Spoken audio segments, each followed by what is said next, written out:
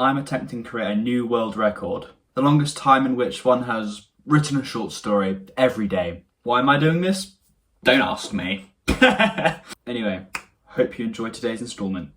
44. Forgiveness. It was like all of humanity was crowded around that spire of light. Yes, that light on the distant, distant skyline. A million billion people clung to its base, enjoying its light, ravening it up like beasts unaware of their pig-like disposition.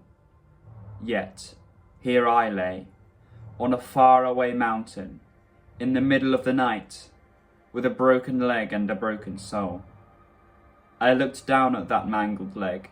The femur had splintered, and splayed the flesh of my thigh, making way for a gruesome trickle of blood to gush out in a pulsating rhythm. Yes, the world was growing dark, not because of the lack of sun, but due to the sheer amount of blood that was leaving me. All I could do in that painful moment was gaze towards the light on the horizon, lost in its beauty, yearning for its presence. It was a godly object amidst the mortal earth it had planted itself upon, a ginormous cross, larger than the largest mountain. It broke through the clouds and the atmosphere, like a spear through flesh, and the light it gave off was absolving, warm, healing. Not in the way that would fix my leg, perhaps, but from the light that did manage to warm my face, I could have sworn I felt elation.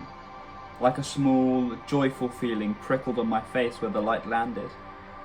Yet it was so distant, so small and meek, that I could not reduce myself to the level of pleasure and entitlement that the rest of humanity enjoyed, crowded around the base of the great cross-like spire. Without the comfort of the all-forgiving light, I was a pitiful, meek little thing, one that squirmed along the coarse stone and rock of the plateau that separated us, something that was barred from being on the same level of humanity as those blessed with forgiveness. I could do nothing. I could not move. And the life, or rather, the joy of life, was leaving me through the leaky faucet that was my leg. And as time went on, as the distant party celebrating life, humanity, and the bountiful joys of the universe proceeded without me, the rabid pain in my leg only increased, and I felt more and more empty, more and more cursed. A tear brimmed in my eye. The last of my strength trickled into my fist as it clenched itself out of frustration. Why didn't I get to enjoy that existential bliss as well? Why? Because I stumbled down a mountain ledge and split open my femur? How is that fair? Why shouldn't life be fair?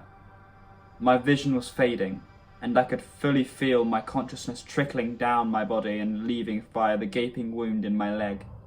The pain was swallowing me, draining me, filtering me, rinsing me. I opened my eyes, only to find myself in the darkness of my bedroom. I could see no light. I could feel no overwhelming pain in my leg. Yet, as if a dagger had pierced my flesh and sunk deep into my body, I could feel a new feeling emerge within the deepest crevices of my heart. A soft, warm feeling of elation. That same feeling that I had felt ever so distantly in what must have been my dream. I picked myself up and pushed the bed cover off of myself. And as I closed my eyes once again, allowing myself a moment's respite before I started my day, I let that warm feeling simmer and settle within my chest, as if to capture the amorphous feeling of forgiveness within me, so it could never be stolen from me again.